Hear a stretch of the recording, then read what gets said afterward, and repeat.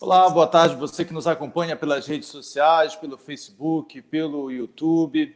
Está no ar o programa O Debate, um programa que quer debater com você os problemas da sociedade, os problemas do nosso cotidiano, aquilo que é relevante no nosso dia a dia. E para isso nós reunimos Célia Snaff, Jefferson Fassi, que são nomes do jornalismo amapaense, nomes renomados, e que vêm para trazer a sua contribuição para esse debate, para fazer com que você tenha o maior número de informações, possa também formar a sua opinião.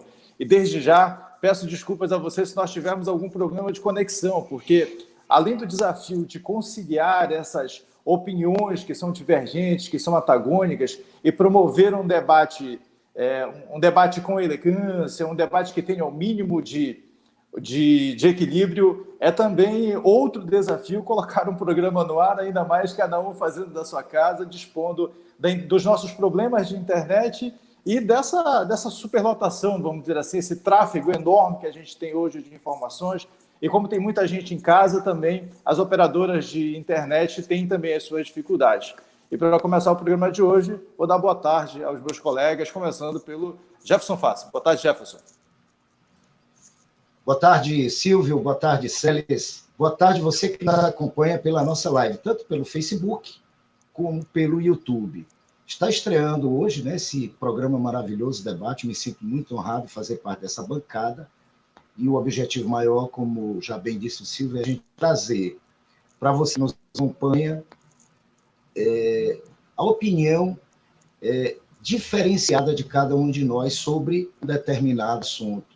Eu acho que isso vai contribuir bastante para o próprio debate social sobre os assuntos que a gente vai abordar durante o correr dessa próxima hora, junto com você, e você é nosso convidado a participar mandando sua mensagem pelo Facebook, pelo YouTube.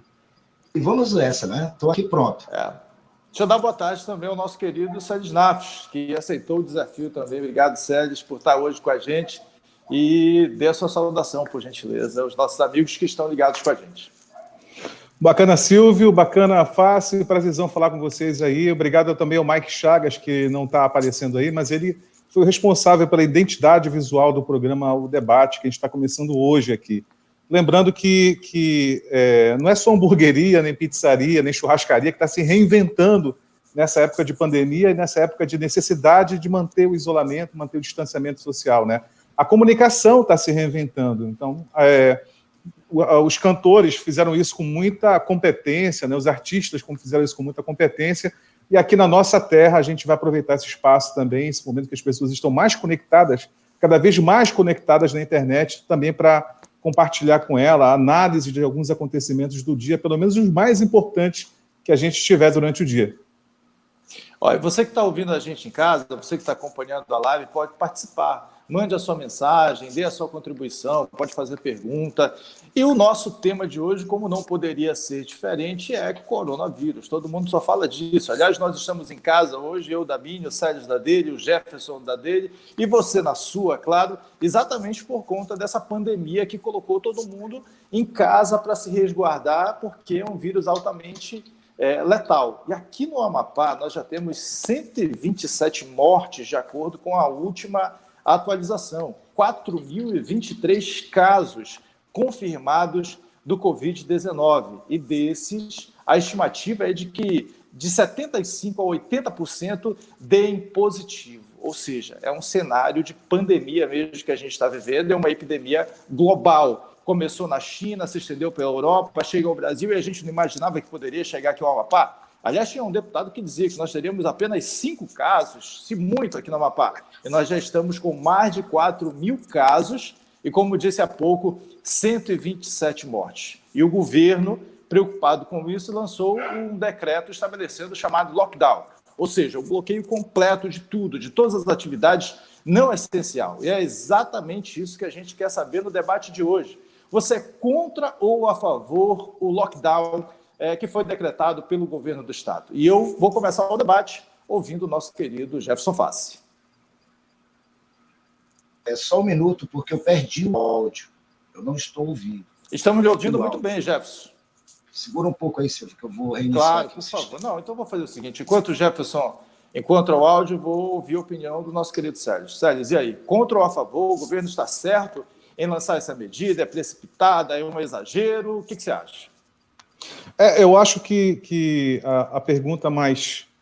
Eu acho que, claro, tem muita gente se questionando, né, se era necessário realmente fazer o lockdown ou não.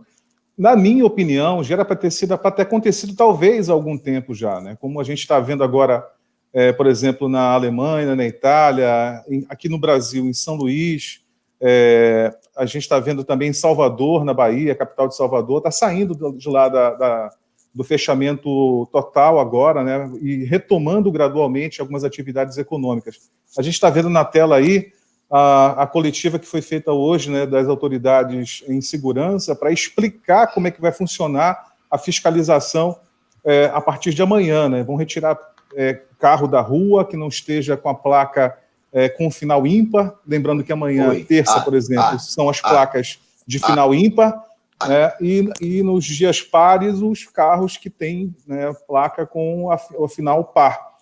Então, resta saber, eu acho que a principal dúvida nesse momento é se os 10 dias que o governo do Estado escolheu para vigorar o lockdown, se vão ser suficientes. Eu acho que essa é uma primeira questão. A segunda é se o Estado e a Prefeitura de Macapá, que Macapá concentra aqui 90% dos casos de Covid-19, será que a Prefeitura, os agentes de segurança, Guarda Municipal, agentes de trânsito, Polícia Militar, Polícia Civil, será que vão ter essa capacidade toda de fiscalização, de abrangência da capital, né? Que eu estava vendo um boletim, tinham quase 4.000 casos, mais de 3.000 casos só em Macapá, né? Então, isso é necessário para isso, para funcionar a fiscalização, é necessário um grande aparato e muita organização e capacidade de planejamento para fazer a fiscalização acontecer, tirar pessoas que estejam desnecessariamente na rua e mandar para casa de volta, lembrando que tem pagamento de multa agora, a partir de amanhã, de R$130 por carro que esteja furando ali o rodízio, né? Então, talvez seja necessário até fazer um período maior de lockdown. Tomara que não fracasse igual como aconteceu em São Paulo, né? Em São Paulo, o rodízio lá fracassou, inclusive foi suspenso a partir de hoje o rodízio, porque não deu certo. Isso proibiram os carros, limitaram a circulação de carros nas ruas, mas, por outro lado, né, super congestionaram o serviço público e coletivo, né? Então, descobriram um santo para cobrir o outro, né? Então, 6 por meia dúzia não deu certo lá em São Paulo, fracassou o rodízio. E você, Faz? Você concorda com o Sérgio de que essa medida já devia ter sido tomada há mais tempo pelo governo, ou o governo exagera e deveria tomar uma outra medida que não fosse o lockdown? Olha, eu concordo num aspecto. O Sérgio tem razão. Essa medida já deveria ter sido tomada. Eu sou contra o lockdown agora, nesse momento. Até porque o lockdown, o objetivo Você é contra maior nesse dele, momento o lockdown? Nesse momento sou contra. E eu vou explicar por quê. Sim. Qual é o grande motivo do lockdown? É fazer a contenção social para que o vírus não se prolifere. E eu vou lhe contar com muita tranquilidade, Silvio, sem medo de errar. Não tem mais como conter o contágio no estado do Amapá. Pelo 70% da população, você pode ter certeza absoluta que está aí assintomática. Essa medida ela deveria ter sido feita há 15 dias atrás, quando o prefeito de Macapá, o Clécio, disse que estava estudando a possibilidade de fazer o lockdown e tal. Não fizeram. Eu acredito que, nesse momento, o que deveria se partir era para uma solução a nível de começar a reintegrar a economia e ao controle social. Você acha que Deixa eu só ver se eu entendi direito. Você acha que, ao invés do lockdown, a gente já deveria estar permitindo a circulação de pessoas? É isso? Não, preste atenção, não é permitir a circulação de pessoas, é fazer o controle social no isolamento mais verticalizado.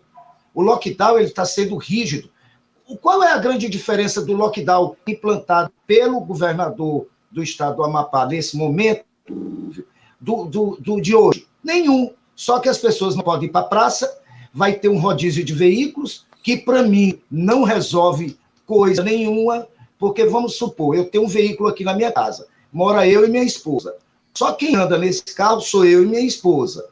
Se eu deixar de andar na quarta, ou na quinta, ou na terça, pouco interessa. Eu não vou contaminar ela e ela nem vai me contaminar. Se ela me contaminar, eu já estou contaminado, estou assintomático. Então, já fracassou em São Paulo, como bem disse o Célis. A pessoa que mora ali na zona norte da cidade, que precisa vir fazer alguma coisa no centro da cidade, vai pegar o quê? Um coletivo. O que é mais perigoso? Ela vir no carro dela ou ela vir de ônibus? Ou vir no Uber, que tu também não sabe se é motorista, ou quantas pessoas entraram dentro daquele ambiente. Então, eu acho... Deixa eu ver se eu entendi. Deixa eu ver se eu entendi. Você está dizendo que o lockdown não vai ter efeito nesse caso? Não vai na minha opinião, para conter nenhuma. o número de casos? Não tem. Sério, você concorda com isso? Eu discordo. Eu acho que qualquer medida nesse momento, ela pode não ser a solução para tudo. Ela realmente talvez não resolva. Mas cada medida que retire pessoas das ruas, ela é muito bem-vinda, porque qual é o objetivo do confinamento, do isolamento, do distanciamento? Claro que tem muita gente que fala que todo mundo um dia vai pegar essa doença. Tá certo, é verdade isso. Só que é preciso achar um equilíbrio entre a velocidade de contágio e a capacidade de internação que o Estado tem. Nesse momento, a velocidade de contágio ela é muito mais forte, muito mais rápida do que a capacidade que nós temos de atender. Então, quando houver um equilíbrio entre a demanda, que é a velocidade de contágio, e a capacidade de atender esse público, aí as medidas de restrição elas vão sendo mais flexibilizadas, gradualmente alguns setores da economia vão sendo liberados para voltar. Então, não resolve realmente, né? Mas qualquer medida, repito, concordamos, né? É bem-vinda. Agora, é importante ressaltar, no meio dessa discussão, que a gente não tem muita alternativa, né? Não tem vacina. né? Os profissionais não têm leitos suficientes para atender as pessoas que estão adoecendo em todo o Brasil. A gente fala-se, pode haver um colapso. A gente observa esse colapso aqui. Quantas pessoas a gente já ouviu dizer que conhece alguém que adoeceu, precisou de um leito e não conseguiu? A notícia que a gente tem é de que não existem leitos disponíveis hoje, leitos de UTI disponíveis. Então, o colapso ele já é uma realidade. Não tem cura. Os profissionais da saúde, que são profissionais que estão na linha de frente e que cuidam de quem fica doente, também estão adoecendo e morrendo. Então, não há outra alternativa. Há uma projeção do governo de que nós tenhamos, até daqui a 2 semanas, cerca de 8 mil casos e 350 mortes. É um número muito alto para a gente aqui, é um preço muito alto que se paga. E essa medida, o lockdown, ela se dá porque o governo fez campanhas de conscientização, a prefeitura fez campanhas, os veículos de comunicação também abraçaram essas campanhas. No entanto, o índice de afastamento, de isolamento social, de pessoas cumprindo a quarentena é muito baixo ainda. Tem muita gente na rua, tem muita gente... Claro, tem pessoas que precisam estar nas ruas trabalhando, outras não têm outras alternativas, é preciso se entender isso. Mas essa medida ela vem como uma forma de tentar conter esse avanço grande de casos e que não morram mais pessoas, além do que aquilo que já está sendo projetado. E não tem outra alternativa que a gente conheça hoje. A própria Organização Mundial da Saúde não aponta outra alternativa para a diminuição, ou pelo menos a prevenção do número de mortes, né? A gente hoje, pela primeira vez durante a pandemia, a gente está vivendo um dia diferenciado, né? Não porque houve menos mortes ou porque houve menos casos confirmados. A gente, inclusive, hoje, o SOESP, né, que é o centro que concentra todas essas informações a respeito do Covid, né, divulgou que mais 11 mortes de ontem para hoje, né, que estavam sob investigação. Esse boletim de ontem para hoje revelou mais 11 mortes e teve também, hoje à tarde, um novo boletim também com mais mortes. Então, a gente hoje tivemos hoje lá nos Estados Unidos o anúncio do laboratório chamado Moderna, né, que fez um teste de uma vacina muito promissora em 8 pacientes, e todos os 8 pacientes desenvolveram anticorpos, né, que são semelhantes à situação de quem acabou de ter a doença, né? Então, foi muito promissor o teste lá, e eles vão passar para a fase 2 agora, que é a testagem numa escala maior, né, de pessoas, e depois a fase 3 é a industrialização, realmente, só que é aquele processo de certificação, de aprovação pelas autoridades sanitárias. Então, eles acreditam que até meados de dezembro, até mais tardar no início de janeiro do ano que vem, essa vacina já vai estar pronta para ser utilizada. E só o rumor disso já alegrou o mercado financeiro, né? A Bolsa fechou em alta, né? Hoje, comparando com dias anteriores aí de queda. O que eu queria falar em relação era o seguinte: nós chegamos num momento que esse Covid, o que foi que veio revelar para a gente? Ele revelou para a gente o completo fracasso que é o sistema público de saúde brasileiro. Não é só do Amapá, a gente não pode ser injusto, não é o Amapá.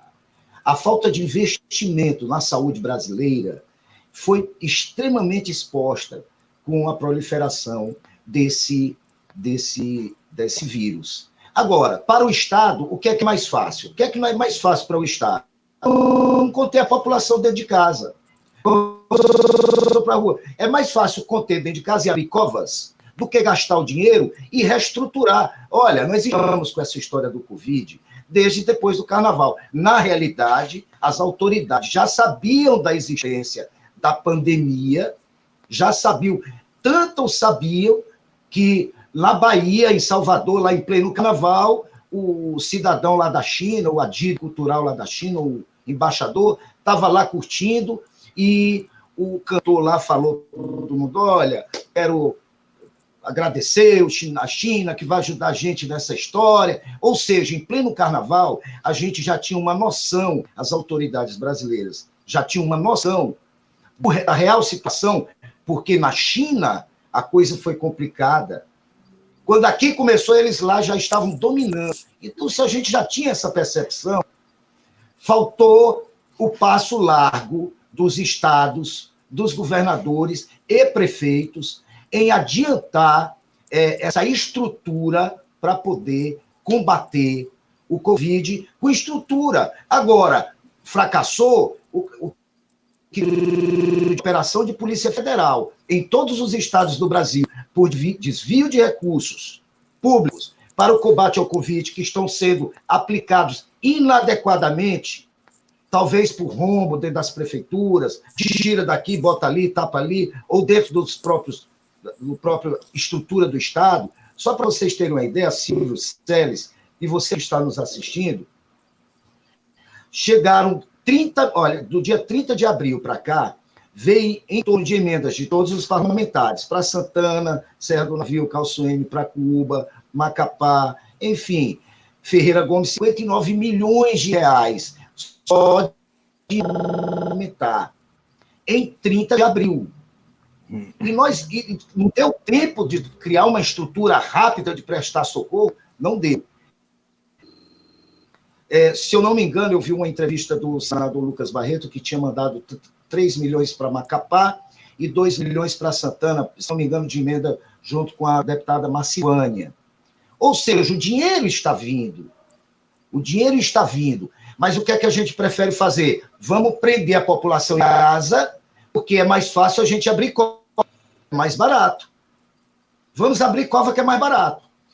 Ontem, tivemos manifestação de vários médicos e operadores da saúde, Sérgio. Interessante a gente também dar esse espaço para... Perdão, dar esse espaço... Tem muita participação do internauta aqui, não sei se vocês estão acompanhando aqui. Eu estou acompanhando aqui. Então, vou mandar um abraço para o Fernando Santos, que é jornalista, está acompanhando a gente, ele cobre lá o município de Santana, né? Tem uma empresa chamada Central de Comunicação. Tem uma pessoa que perguntou aqui... Caramba, saiu, agora me perdi aqui, tem muita pergunta entrando. Eu não estou conseguindo acompanhar pelo porque tá... Eu estou ouvindo uma pessoa que perguntou entrou, aqui. O Oséias achei aqui, o Luciano Ferreira. O Luciano Ferreira está perguntando aqui, o que vocês estão achando do governo Valdez? Eu acho que a pergunta dele é nesse sentido, né? O que a gente está achando do governo? O que o governo está fazendo? Qual é a nota que o governo merece, né, nessa condução da crise da pandemia, né? Acho interessante essa pergunta. Eu acho que a imagem de governo algum está boa nessa pandemia, né? Primeiro que a crise econômica se abateu sobre todo mundo como um tsunami. O sistema de saúde, que já não era adequado, já não dava conta da demanda normal, passou a ter uma demanda ainda maior, né? Para você ter uma ideia, hoje eu estava vendo o boletim de ontem, tinham 123 pessoas, 133 pessoas internadas, e outras mais de 100, eram mais 120, se não me engano, internadas com suspeita. Tinham 133 internadas com a Covid e tinham 120 com suspeita. Então, vai somando tudo aí, tem 250 pessoas internadas, né, por conta da pandemia. Se você lembrar que 3 meses atrás ainda não tinha pandemia, e aí você não tinha essas 250 pessoas com possibilidade de elas serem internadas, a gente não tinha sobra de leito aqui no Amapá. Nós nunca tivemos sobra de leito, muito menos em UTI. Verdade. Então, o governo está acertando, está errando? Eu acho que está fazendo o que é preciso ser feito, é o que todos os outros estados estão fazendo. Agora, é verdade que o Estado não tem capacidade, a Prefeitura não tem capacidade, Estado algum do Brasil tem.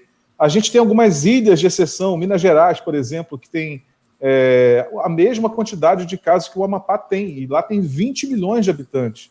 Por que lá em Minas Gerais não está endêmica a situação ainda? Eu não sei te falar, porque tem que mergulhar lá, tem que fazer uma pesquisa sobre o que aconteceu em Minas Gerais, qual foram as atitudes que o governo de lá tomou. Né? Aqui, as restrições começaram no dia 20 de março, né? Eu acho que também consciência do povo, né? Eu acho que está Essa faltando ciência ser mais enérgico, na minha opinião. O governo está pecando nesse lockdown. Eu acho que deveria ter instituído uma medida restritiva. Se é para fazer lockdown, então bora fazer correto.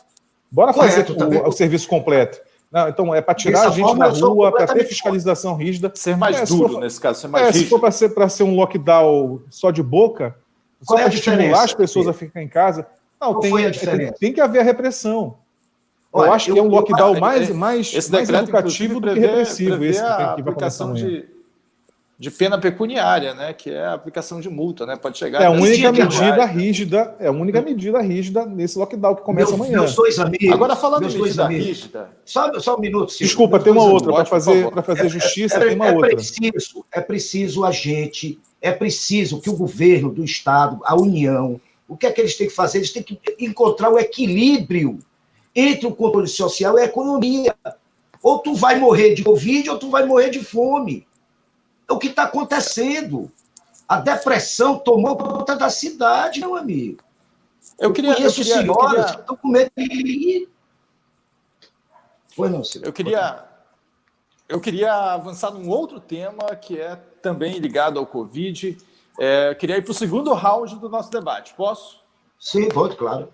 Então, vamos lá. Olha, o governo do Estado também assinou um decreto estabelecendo a requisição administrativa de bens móveis e imóveis, e aí tem no meio disso tem material que é utilizado para intubação, medicamentos, enfim, insumos, todo material que é ligado ao tratamento da Covid-2019. E isso, claro, gerou uma indignação, gerou uma polêmica, porque as pessoas entenderam que seria um confisco.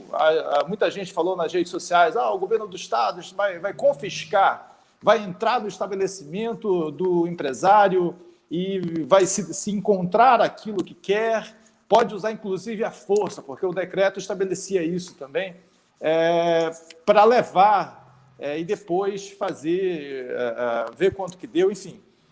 E as pessoas entenderam que isso não seria bom, repercutiu muito mal e o governo voltou atrás. O decreto foi revogado, não tem eficácia mais, mas a pergunta que eu faço a vocês é: o governo do Estado acertou em revogar o decreto? Ele deveria ter levado à frente? O governo deveria ter ido à iniciativa privada atrás desses medicamentos, desses materiais? Ou ele agiu certo em não levar essa medida adiante? Com você, Sérgio. Olha, eu acho que foi infeliz o decreto. O Bolsonaro, geralmente ele faz isso, né? Às vezes ele lança uma medida mais polêmica, lança uma MP, lança um decreto, e depois ele acaba recuando porque existe uma repercussão negativa, né? E aqui aconteceu isso com o Valdez também. Ele assinou um decreto, ele entrou em vigor, ele durou menos de 24 horas esse decreto, porque houve uma repercussão negativa muito forte.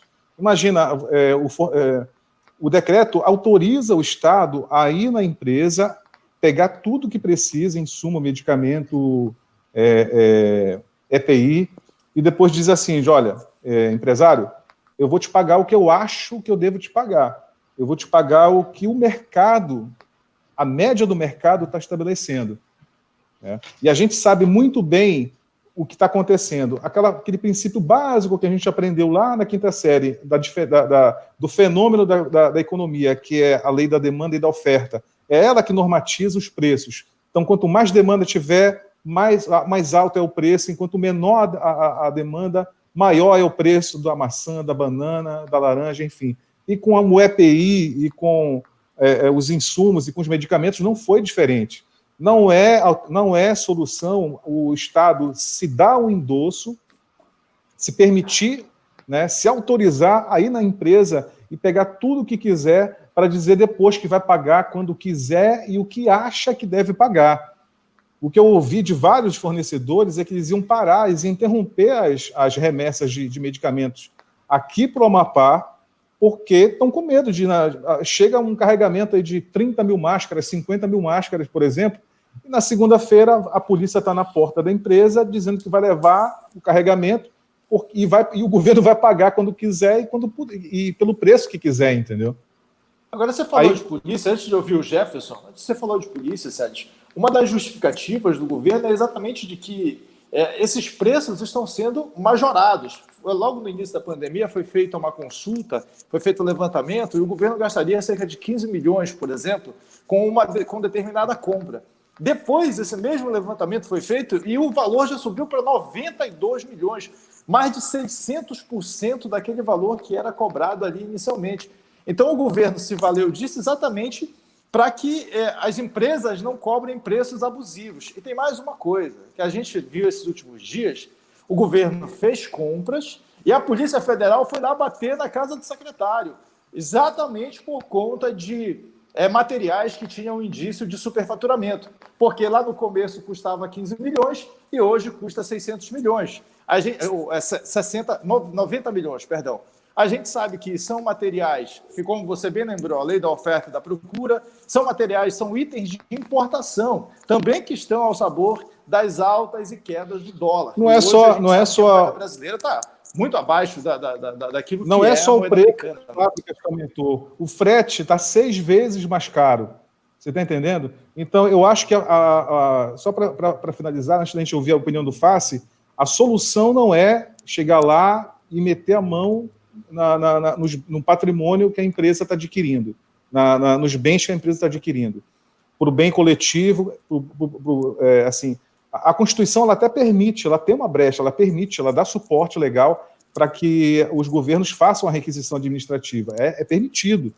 Agora, é a melhor solução? Não seria melhor estabelecer o diálogo fortalecer o diálogo entre o fornecedor e a fábrica e mais começar a fazer compras fracionadas, tipo, compra aqui onde é mais... É igual como a gente faz. Quando a gente vai construir uma casa, a gente não compra tijolo num lugar, o cimento no outro, quando está mais caro, o acabamento, o piso, a gente vai comprar em outra loja. Mas não há também essa oferta toda, né, Sérgio? Hoje esse material não há escasso. Oferta, só que nenhum fornecedor tem a quantidade toda necessária para um governo comprar. Tem máscara de R$18 numa loja, mas o cara não consegue entregar 30 mil máscaras, ele consegue entregar 1.000. Está entendendo? Talvez a solução seja essa, fácil. Eu queria saber onde foi que vocês viram nesse decreto que o governador está dizendo que vai pagar, porque eu não vi. Eu li ele de ponta a ponta. O que é o processo administrativo? Vamos abrir um processo administrativo. Mas lá não está dito no decreto. O governo do estado pagará valor estimado no mercado. E tem outra coisa, mesmo se tivesse, porque não está no decreto, ele teria que analisar que o empresário, ele paga funcionário, ele paga imposto, ele paga energia, e ele não pode lançar mão de um objeto, e não só, eu acho que também se esqueceu de dizer aqui, que também poderia requisitar, além de medicamentos, equipamentos e bens móveis e imóveis. Então, eu entrar dentro de uma clínica particular e dizer, sai todo mundo daqui, que agora isso aqui tudo é meu, através de uma requisição administrativa. E a polícia, e o Estado, com poder de polícia, poderia empreender sobre o empresário a mesma força de contenção que o empresário fosse exercer em favor da proteção do seu patrimônio. O governador, ao lançar a anulação desse decreto, ele diz, fui mal interpretado. Ele não foi mal interpretado, não. Ele foi muito bem interpretado. Quem escreveu o decreto para ele, talvez não tenha feito a redação direito para que não assustasse os empresários. Eu tenho 2 amigos que são empresários do ramo de correlatos, medicamentos e tal. Um já desviou toda a sua carga para um empresário em Belém. Ele disse, não vou trazer para o Amapá. Então, foi um prejuízo sem precedentes para a saúde pública do Estado do Amapá esse decreto. Ainda bem que ele revogou, como bem disse o César, em menos de 24 horas. Minha opinião. Olha, eu acho que se a Constituição ampara o governo, eu penso que poderia levar adiante sim, porque isso está plenamente garantido, né? E faz, embora você não tenha localizado lá no decreto, o decreto estabelece sim que, conforme o inciso 15 do artigo 5º da Constituição, se faça a devida indenização a preço justo, ou seja, a preço de mercado, para as empresas que venham a ter essa mercadoria requisitada. As pessoas fizeram também uma certa confusão em torno disso. Algumas pessoas chamaram de confisco, não é diferente. O confisco ele se dá em cima daquilo que é um bem adquirido de forma ilícita, por exemplo. A requisição administrativa ela está plenamente garantida em situações de guerra, de grandes sinistros, de pandemia, de epidemia, como no caso de epidemia e de pandemia, que é o caso da Covid-19. O governo, eu penso, recuou, achou melhor recuar, causaria um certo impacto, mas poderia ter levado adiante, visto que isso está previsto em lei. Nós estamos hoje... Ia matar mais gente. Ia matar mais gente. Por que ia matar mais gente? Ia matar mais gente. Mas porque os empresários iam retirar toda a carga daqui. Iam retirar toda a carga. Todo o medicamento eles iam esconder. Se eu fosse dono de uma farmácia, na hora que eu lesse esse decreto, eu pego tudo, meu amigo, e toca lá no meu sítio. Como teve um amigo meu que pegou a carga que ele comprou em São Paulo, já deixou em Belém, ele já revendeu a carga dele para Belém. Um amigo dele que tem o mesmo ramo lá, farmacêutico. Ou seja, o que deveria ser a posição da população? Por isso que as farmácias estão aí, até o TT de fila. Pode ir em todas as farmácias. Para você comprar uma AS, Silvio Celes, uma AS, você não encontra. Pois é, mas não é exatamente isso. Eu já ouvi dizer que a cloroquina chega a custar R$45 um comprimido. Eu não sei se é verdade, mas me disseram que era muito barato esse medicamento antes. E agora custa R$45. Mas aí é o que o Sérgio falou, e o Sérgio tem razão. Não é exatamente. Alguém não está tirando proveito desse momento, quando deveria ser solidário, está aproveitando o momento para multiplicar ainda mais a riqueza? A raiz de qualquer produto, não é a fábrica, está lá. Sim, claro. O problema todo é a fábrica. Agora, cadê que a OMS, né, bate o pé e chama os chineses lá, que infelizmente é uma coisa que a gente tem que aprender com essa pandemia também, e o Mandetta, quando era ministro, fez essa ponderação muito bem. Tomara que o mundo aprenda uma lição de nunca mais concentrar num país só, como a China, como é o caso da China, a maior parte da produção de EPIs do mundo, né? Tem 90% das fábricas estão lá, na China. Então, por isso que isso até dá margem para aquelas teorias da conspiração, que a economia da China inventou isso de propósito, o governo da China inventou o vírus de propósito, que era para esquentar um setor lá, mas na verdade a gente sabe que é fake news isso. Eles perderam muito também, né? Claro, tem setores deles que estão ganhando bilhões lá, mas também tem setores deles também que tiveram muito prejuízo, né? Tem muita montadora de celular, as multinacionais estão todas lá, né, na China hoje em dia, porque aproveitaram incentivo fiscal, terras e tudo mais para poder operar por lá. Mas assim, para finalizar esse assunto, o governo tem o suporte da Constituição para fazer aquele decreto. Realmente não dá para fazer uma pesquisa de 15 milhões de reais e na hora os fornecedores pedirem 92 milhões de reais. E depois realmente é absurdo. Mas também não dá para... Mas também não dá para a polícia, para mandar a polícia civil na porta do empresário lá e levar tudo para pagar depois no valor que quiser pagar. Então, eu acho que faltou um pouco de bom senso nessa hora de fazer o decreto.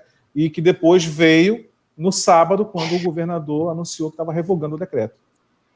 Mas aí depois você compra por esse valor, por exemplo, o governo não faz a requisição, mas compra um lote de materiais que custava 15 milhões, vai comprar por 92. E a Polícia Federal vai bater na porta. Como é que fica isso? Ministério Público Estadual, fiscal da lei.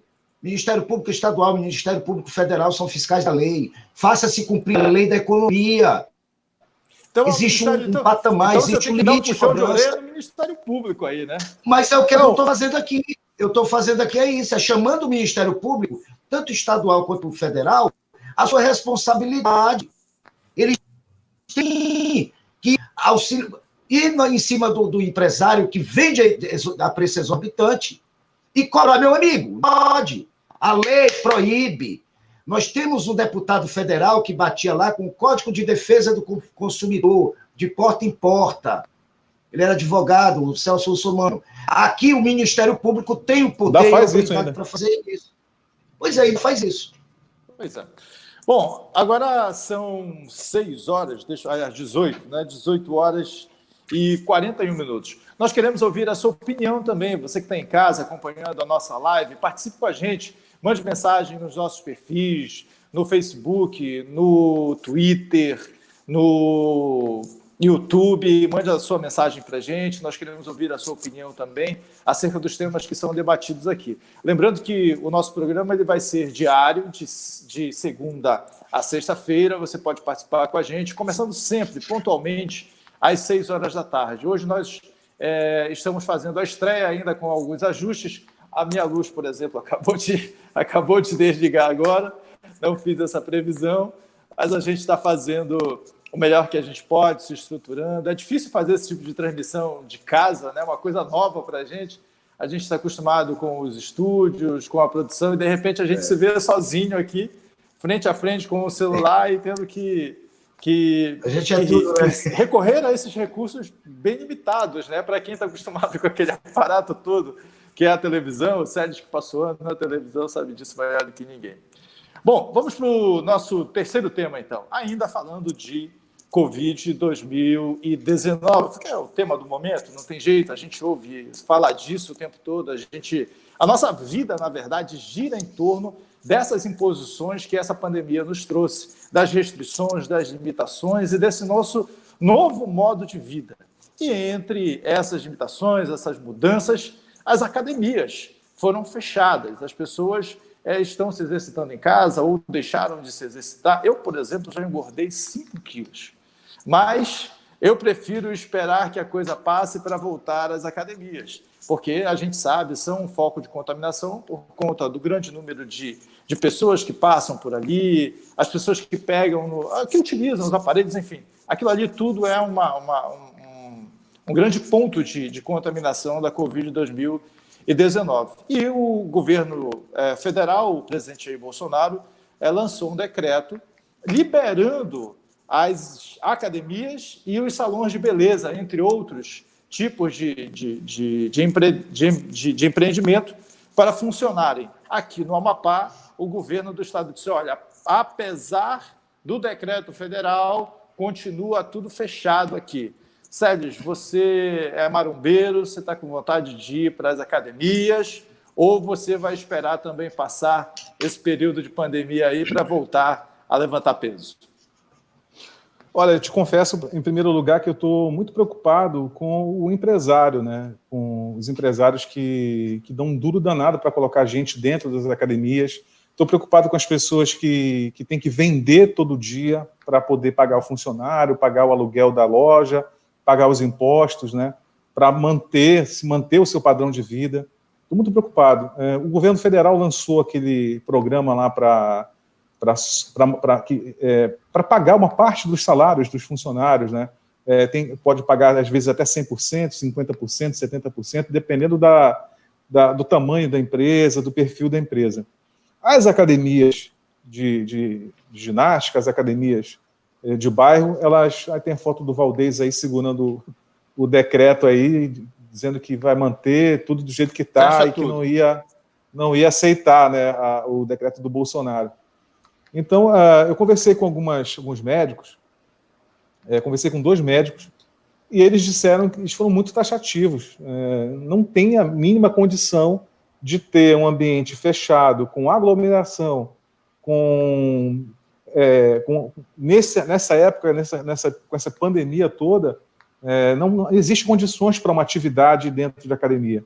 As academias, elas estimulam a higienização das mãos, dos aparelhos, com o álcool, né, que é diluído em água, e as pessoas borrifam na mão e passam nos aparelhos. Isso já não fazia efeito. Imagina você colocar... por mais que você coloque álcool gel, lavatório nas entradas das academias, quem garante que todo mundo vai ter esse cuidado, né, de lavar a mão na entrada da academia, de passar o álcool gel a cada equipamento que vai usar? Eu frequento academia, não sou marombeiro, como o Silvio falou aí, ele que é marombeiro, mas eu vejo as pessoas, eu vejo muita gente que vai de um aparelho para outro e não se preocupa com isso. Né? A pessoa senta no suor da outra, sabe? Usa o aparelho da outra e não está nem aí. Imagina agora, né? O que ia mudar no comportamento das pessoas? Eu duvido muito que ia mudar alguma coisa. Então, dá para fazer a mesma coisa em academia que está sendo feita? Pode ter a mesma dinâmica, uma academia de atendimento, que a dinâmica de uma clínica, por exemplo, ou de um banco que você está fazendo atendimento por agendamento? Não tem como. Não tem como você ser recebido. Não, é o seguinte, gente, eu sou dono de academia. Agora de manhã só 10 pessoas vão malhar, 10 à tarde, 10 à noite. Como é que você vai manter uma academia funcionando, pagando luz, água, imposto, com 30 pessoas passando por dentro da academia num dia? Ainda assim é perigoso. Então, realmente, infelizmente, eu queria ver muito a academia do meu bairro aberta, mas não dá, infelizmente. Tomara que o Ricardo lá, que era Oxigênio, tenha conseguido se inscrever a empresa dele nesse programa aí de subsídio do governo, de ajuda do governo. Faça e você, o que você pensa sobre isso? O governo estadual deveria seguir o decreto do governo federal e reabrir as academias e salões de beleza ou deixar tudo fechado mesmo? O presidente Jair Bolsonaro, quando ele tabulou esse decreto, o que é que ele está... Ele está buscando o equilíbrio. É isso que as pessoas têm que entender. Entre o equilíbrio entre o isolamento social e a economia. Porque nós estamos tratando aqui de academia, mas ele também botou salão de beleza. Você pode, a minha mulher, quando quer fazer o cabelo, a unha, ela agenda. Olha, só posso atender uma por vez. Eu prefiro que atenda uma por vez e o salão não feche, não atender ninguém, e daqui a um mês está quebrado. E uma outra coisa, o governador Valdez, ele se estreou em não decreto do presidente da República em uma decisão passada do Supremo Tribunal Federal.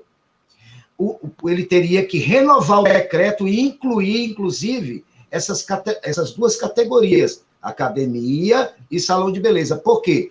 Porque ele está cometendo um crime de desobediência civil. Só quem pode revogar um decreto presidencial é o Supremo Tribunal Federal através de uma ação judicial apropriada ou então um projeto de decreto legislativo aprovado pelo Congresso. Ele não pode dizer assim, não vou abrir, pronto. Não existe isso. Existe uma hierarquia de leis. A Constituição ela se sobrepõe às leis estaduais e às leis municipais. Aí o presidente baixa lá um decreto. Pode abrir salão de beleza. Ah, não vou abrir. Entra com ação no Supremo e diz, olha, Supremo, o presidente baixou esse decreto e eu aqui no meu estado não vou abrir. O que é que você diz?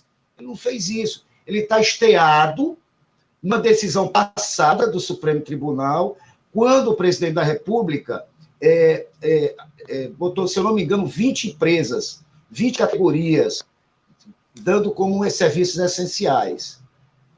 Aumentou para 50.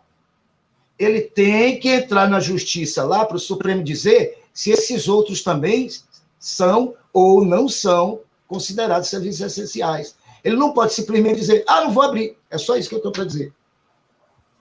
É desobediência. Não, assim, é fácil. É o seguinte, o Supremo Tribunal Federal já decidiu que os estados têm autonomia para atuar durante a crise, durante a pandemia. Isso aí é jurisprudência do Supremo Tribunal Federal, já é entendimento, já pacificado do Supremo. Os estados têm autonomia para enfrentar a crise do jeito que acharem, desde que estejam sob o guarda-chuva da Constituição Federal.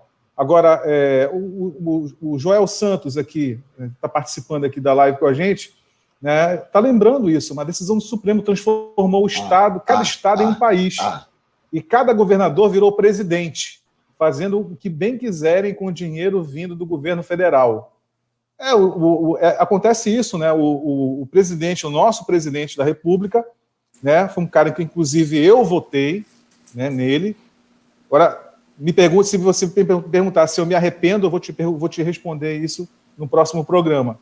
Mas eu votei nele e estou decepcionado com algumas coisas. Assim. Uma delas é esse pugilato, mas isso vai ficar para um outro programa, que ele criou, né, com a imprensa, com os poderes, com os governadores. Ele conseguiu se indispor com a maioria dos governadores. Então, essa crise ela caiu no colo dos governadores, caiu como luva, né, para os governadores darem, aqui entre nós, darem uma quebrada também no Bolsonaro, né, porque cada episódio dessa crise é uma crise em separado, alimenta, né, esse conflito entre os estados e o PR, como dizem nas redes sociais do presidente da República. Né? Então, os governadores, só acrescentando ao que o Fácil falou, têm autonomia, segundo o entendimento do STF, para fazer o que quiser, né, como quiser durante a pandemia. Pois é isso que causa essa confusão, né? E essa falta de consenso. O Salles faz uma crítica ao presidente da República e eu embarco nela, porque eu penso que o líder da nação precisa ser a pessoa que agrega, a pessoa que vai em busca do consenso, que lidera de fato o país. E quando a gente fala liderar, é você trazer o maior número de pessoas para dentro de um consenso, não dividir. Quando o presidente vai para o enfrentamento, ele divide e ninguém se entende, e a coisa fica pessoal. E aí a gente vê o governo do Maranhão tendo que fazer uma operação de guerra, por exemplo, para comprar respiradores da China para poder trazer, para não passar pelo estado de São Paulo. E depois a Receita Federal abrindo um processo contra o governo do Maranhão. Ou seja, gastando energia, gastando tempo, uma energia que poderia ser canalizada para o combate ao coronavírus, uma energia que podia ser canalizada para a abertura de novos leitos, para a busca de alternativas, para assistir as famílias que nesse momento passam pelas privações mais terríveis, que é a privação de não ter o que comer. A gente sabe que o país passa também por isso hoje. Aí, no meio dessa briga toda, principalmente quando ela é estimulada pelo presidente da República, ninguém se entende. E aí a coisa não anda, né? A gente vê que o país hoje está dividido, o país está dividido, está cheio, está envolvido nesse fla-flu, e no final todo mundo perde, né? Me permita falar, o Maranhão foi o último estado a trabalhar uma contenção social, o último. Então, ele não tem moral nenhuma para falar absolutamente nada. Ele já começou atrasado. Então, o primeiro estado que expocou logo o grande problema do isolamento social foi no Maranhão. Então, ele não tem aquela... porque no Maranhão está funcionando assim, é papo furado. Eles começaram atrasado. O presidente Bolsonaro, ele busca o consenso.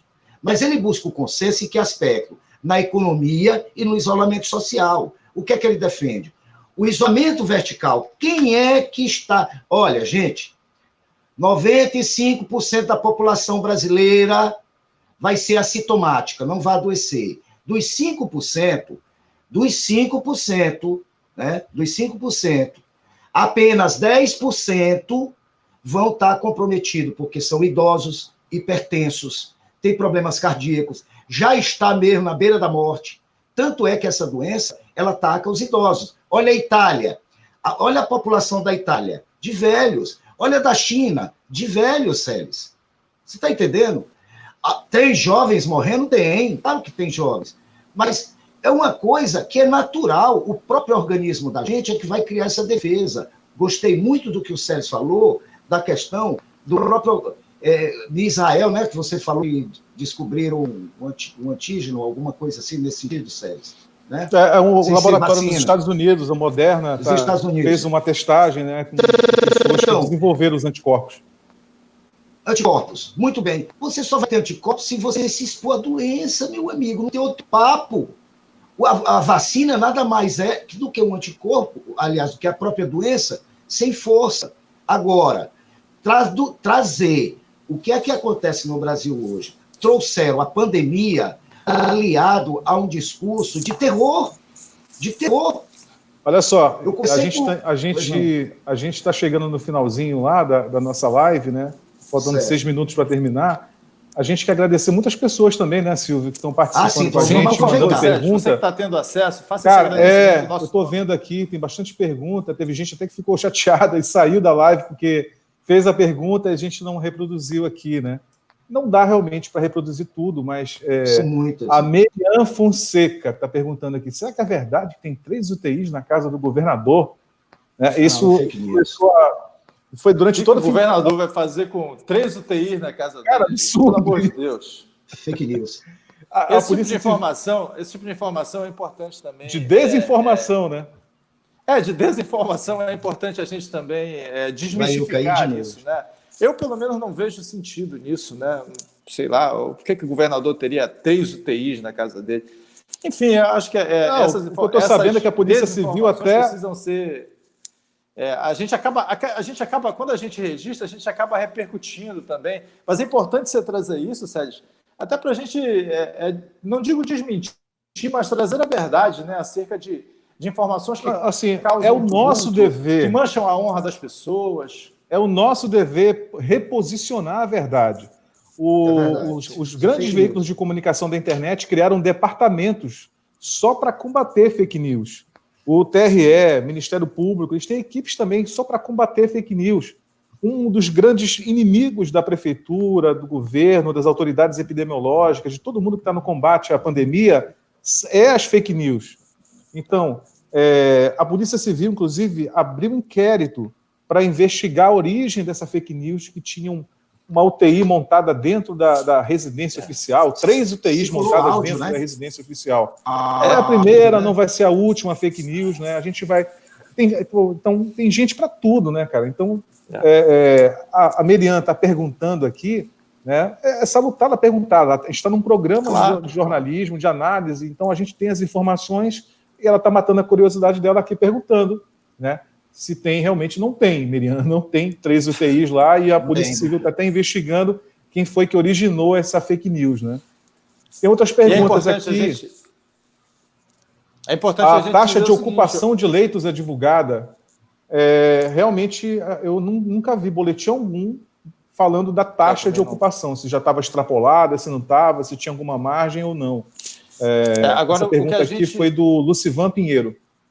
Lucivan Pinho, obrigado, Lucivan. A frequência é que não tem leito, né, Sérgio? A informação que a gente tem